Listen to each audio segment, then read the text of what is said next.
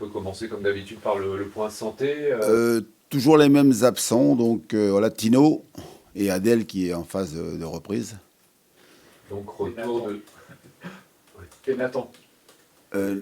Oui, pardon, oui, non, mais voilà, Nathan, oui, parce que Nathan, oui, là j'ai reprise parce que ceux-là, ils peuvent revenir. Nathan, vu ce qu'il a, il va revenir, mais dans plus longtemps que ça, quoi. Est-ce qu'on peut redouter une fin de saison pour lui ou est-ce que c'est prématuré pour Nathan Zézé? Non, prématuré de dire ça. On m'a donné des délais, ouais, voilà, c'est minimum 2 mois, et entre 2 et 3 mois, quoi. Donc ça veut dire que la saison n'est pas finie. Il en est où dans la rééducation, Tino, justement? Ça se passe comment là, en ce moment? Bah, il est toujours en soins, mais de toute façon, il s'est à nouveau blessé sur le dernier entraînement avec la réserve. Et donc lui, c'était des délais, ça a été la semaine dernière, on parle de 5 6 semaines. Donc il n'est pas prêt de revenir. Castelletto et Lopez, c'est bon? Oui, Castelletto et Lopez, oui, c'est bon. Ouais. Après, ils ont un dernier entraînement aujourd'hui, mais ils se sont entraînés hier. Il souffrait de quoi? Alors je crois que Lopez c'était un coup. Oui, coup. Mais bon, aujourd'hui, hier il s'entraînait, aujourd'hui donc il reprend. Ça devrait. Après, les terrains ils sont gelés, quoi, donc il faut faire attention. Il y a eu quelques glissades encore hier, donc il faut faire attention. Et Jean-Charles, il y avait un petit souci physique ou il avait. Oui, c'est physique, oui. Ouais, je pense que c'est la répétition des matchs et tout. Mais donc, c'était bien non seulement d'éviter le voyage en plus de ne pas jouer. Il aurait pu venir avec nous, mais voilà, donc c'est bien. Lui, il fait beaucoup de matchs, il joue avec la sélection, tout et tout, donc c'était bien qu'il se repose. C'est-à-dire qu'il n'y a pas eu de bobo aussi à Brest pour l'enchaînement des. Non. Non, ça suffit, hein. Déjà, c'est pas mal, là. On est pas mal.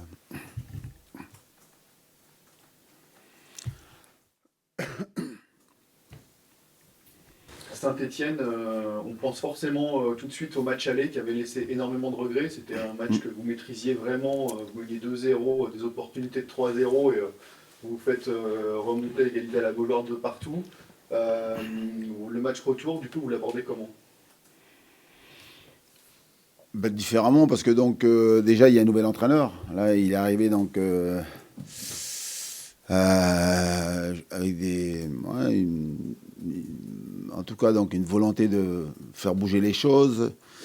On a senti d'ailleurs donc sur les 2 matchs, là, que ce soit contre Reims avec une victoire donc importante, et puis surtout donc le match contre le PSG. Donc voilà, on a vu une équipe de façon de Saint-Étienne qui va être complètement différente de celle qu'on a jouée à l'aller. Donc il faut oublier ce match aller parce que donc on a perdu beaucoup, on a perdu donc des points, mais aussi beaucoup donc c'est un match qui nous laisse beaucoup de regrets, quoi. Et d'ailleurs on a traîné ça un peu pendant un moment, voilà.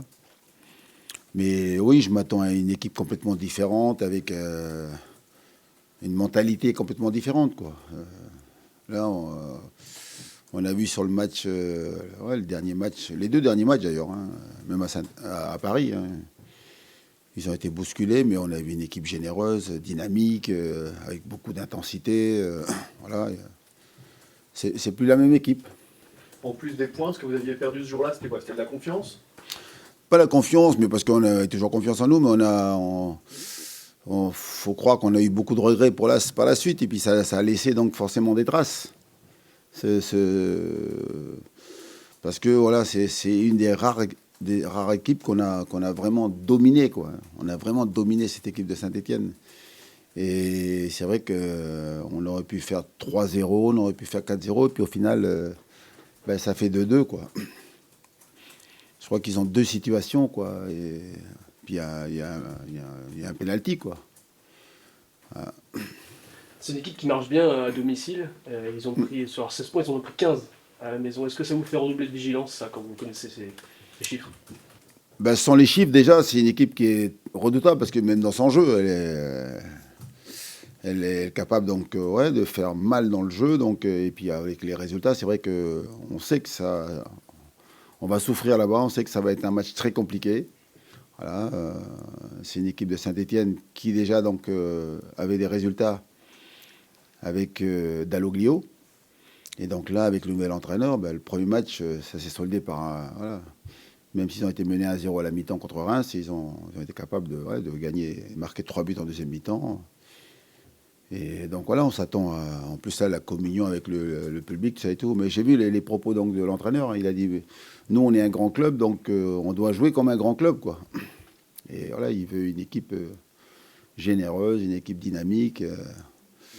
Et c'est ce qu'il a montré, là, que ce soit contre Reims et aussi contre Saint-Étienne. J'ai aimé le match contre le PSG, pardon. C'était bien, quoi.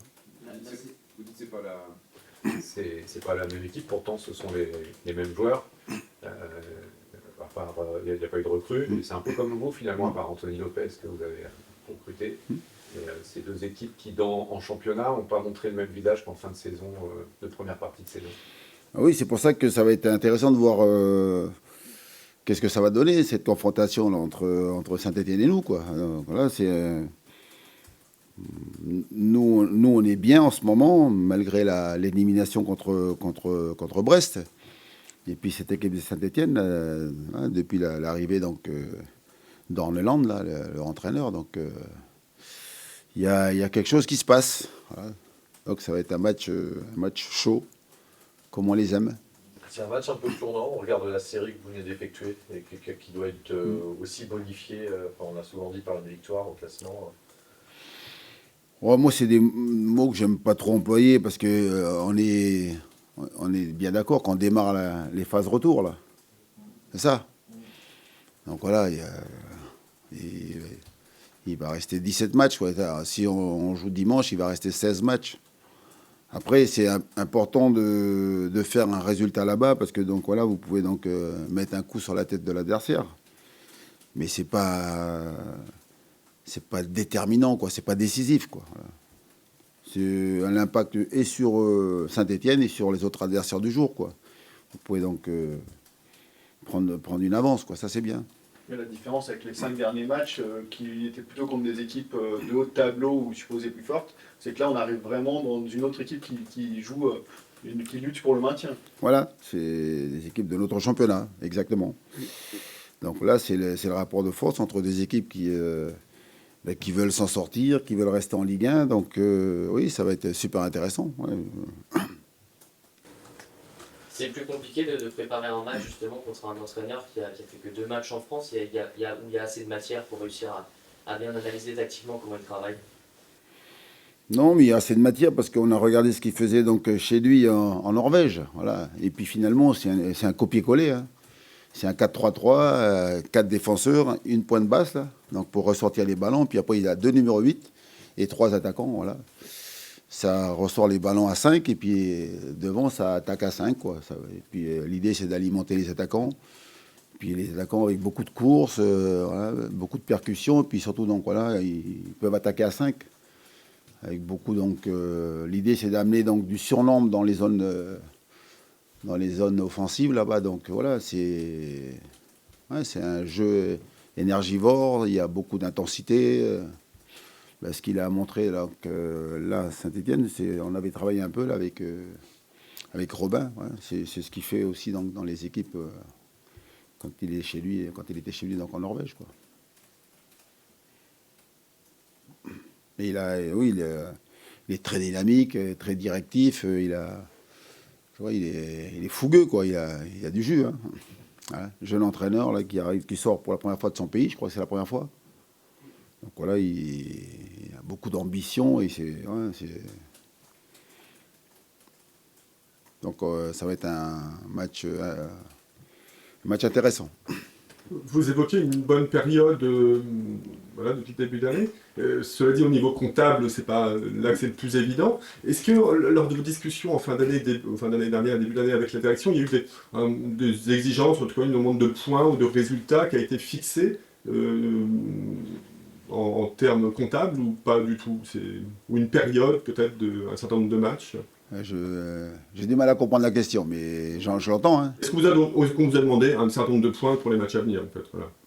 Non, mais il n'y a pas besoin de demander. Nous, on sait que dans la position dans laquelle on est, là, il faut gagner, quoi. Il faudrait engranger des points pour remonter au classement. Mais non, il n'y a pas eu de demande particulière. Je sais pas, sur les 5 matchs de début de saison. Des 5... Ah oui, vous appelez ça des... Comment ça s'appelle ? Des étapes, peut-être, on va dire. Non. Ouais.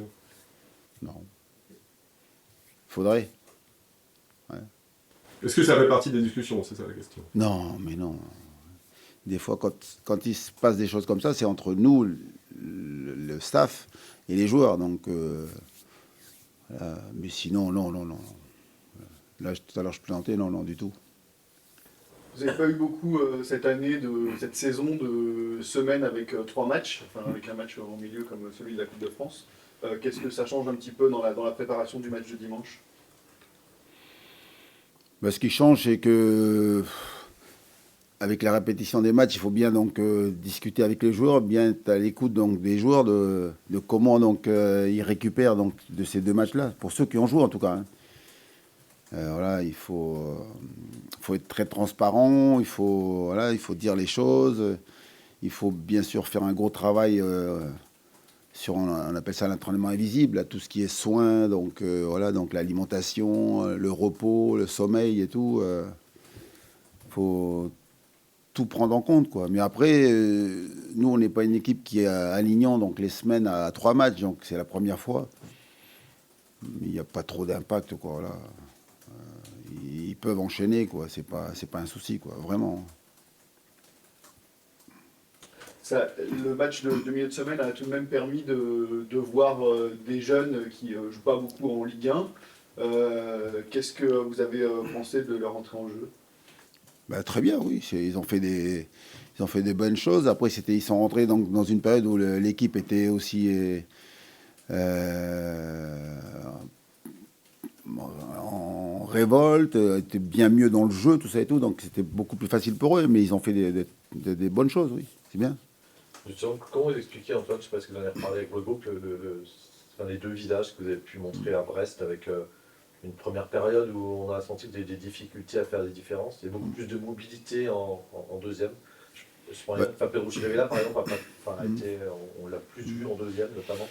Mais il faut faire attention parce que si vous vous fiez aux résultats, moi à Brest en première mi-temps, ils ont fait le premier quart d'heure, mais nous pendant 30 minutes, on a pris le ballon. Voilà.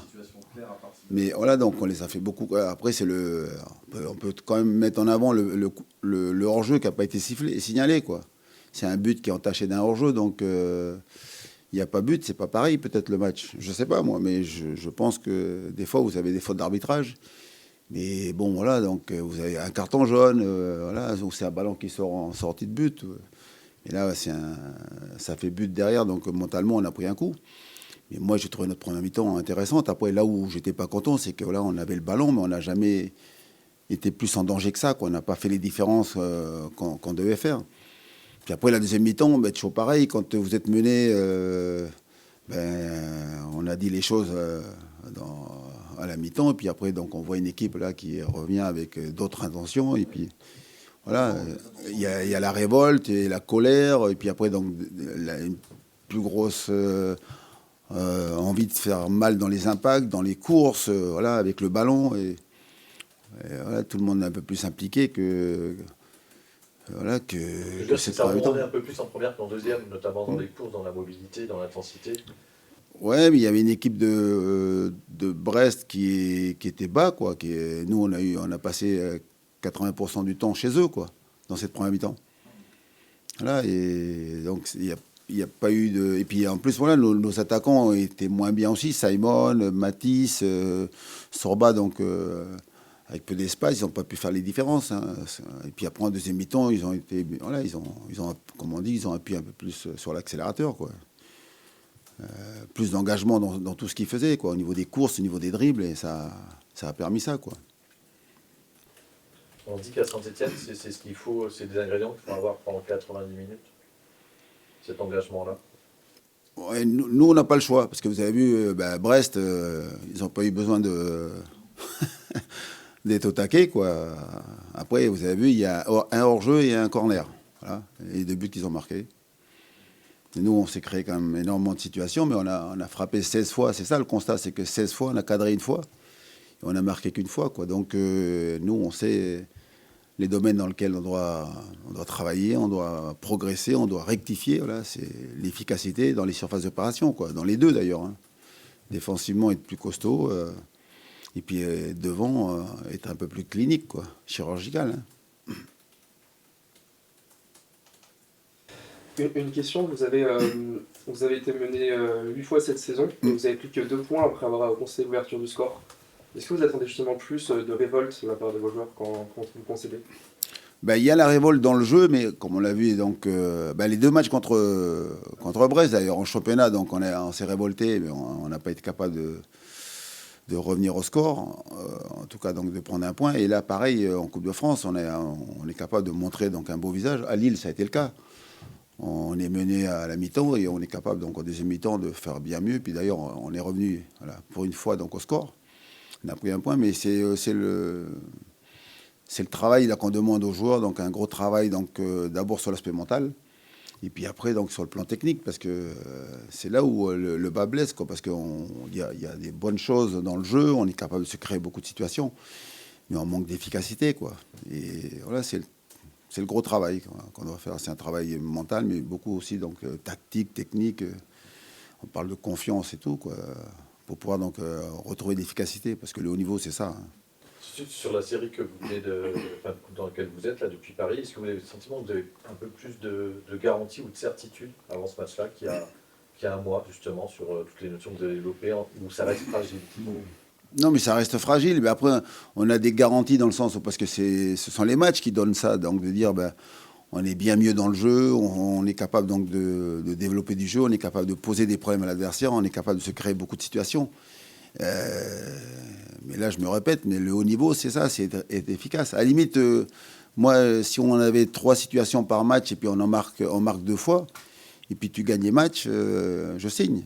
Mais là, on a vu contre Monaco, là, on a vu encore contre Brest en Coupe de France. Ah, des situations, t'en as. Hein. Je vois encore la dernière avec Pedro là, sur le corner, là, le ballon qui est dévié au deuxième poteau, il est seul face au gardien. Il réussit à la mettre au-dessus, quoi. À la limite, tu marques pas, mais tu peux quand même cadrer, quoi. On a les 3 occasions donc de Joe Le Penant. Les 3, il les a frappés à côté, quoi. Tu es dans la surface, tu es au point de pénalty. À la limite, elle est contrée par un adversaire ou à la limite, c'est le gardien. Tu peux toujours dire, bon. Donc il faut cadrer, nous on a ça, alors ça fait aussi partie donc du mental parce que c'est peut-être un manque de confiance là, voilà ce qu'on disait, mais c'est ça qui est aussi compliqué parce que les contenus de nos matchs sont là que ce soit contre Lille, là, contre Monaco et encore plus contre Brest, il faut continuer dans cette voie, il faut persévérer donc à continuer à jouer comme ça, puis être beaucoup plus tueur quoi, dans la surface d'opération adverse. Quoi. Il les cadre à l'entraînement, ces frappes, les gars, globalement Oui, mais bon, pas toujours. Donc c'est pour ça, mais on travaille, il faut travailler. Mais c'est lié, on parlait donc de la technique, mais aussi beaucoup avec la confiance, quoi, le mental. Quoi. On serait peut-être un peu plus haut, voilà, on aurait un peu plus de réussite aussi, peut-être. Là. On l'a vu, là, vous avez Brest, ils ont cadré 4 tirs, ils en ont marqué 2. Voilà. Et donc quoi, justement, pour vous, c'est surtout une question de réussite, en fait, dans l'ensemble? Non, mais la réussite, il faut aller la provoquer, quoi. Mais c'est un tout, quoi. Là. Si le classement, un peu mieux, jouer un peu plus libéré, un peu plus en confiance, tu réfléchis moins, tu te poses moins de questions et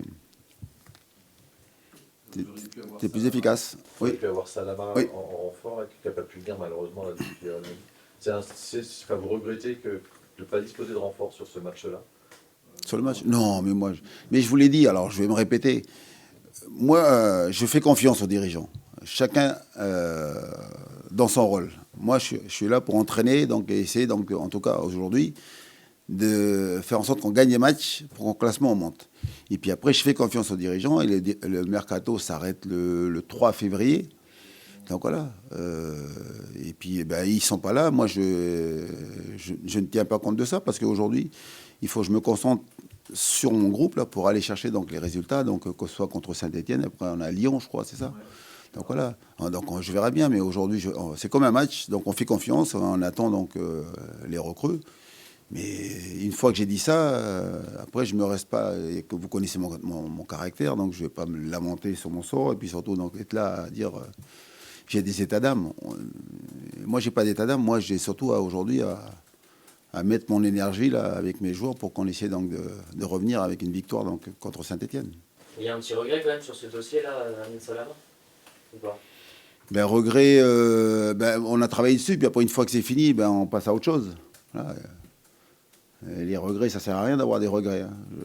On a essayé de faire le joueur, on n'a pas pu. Allez, on passe à autre chose. Moi, je bascule vite, moi. Je suis pas donc en train de dire, essayer d'avoir des explications. C'est fini. Comme un match, on a fini le match, on a perdu. Je dis les choses à la fin du match. Pas toujours agréable des fois. Et puis après, une fois que j'ai fermé le dossier, il faut que je prépare mon match qui vient. Hein. Et c'est toujours le plus important. Hein. Vous parlez du public à Saint-Etienne, il n'y aura pas les deux copes. Non. Ah bon? Ouais, je sais pas. Ben, vous me l'apprenez. La raison? Fumigé. Ah oui. Un peu comme les nôtres, quoi. C'est ça? Ah oui. Ah oui, fumigène. Voilà. Donc, après, qu'ils soient là, les supporters là, de Saint-Etienne ou pas, ce qui est important, c'est que nous, on fasse un grand match et qu'on gagne. C'est ça, c'est le plus important. Voilà. Parce que voilà, s'ils sont là et puis nous, on gagne, ben, c'est bien. Et puis s'ils ne sont pas là ce week-end et puis on perd le match, ben, on dit, c'est toujours les joueurs sur le terrain qui doivent faire le match, quoi. Voilà.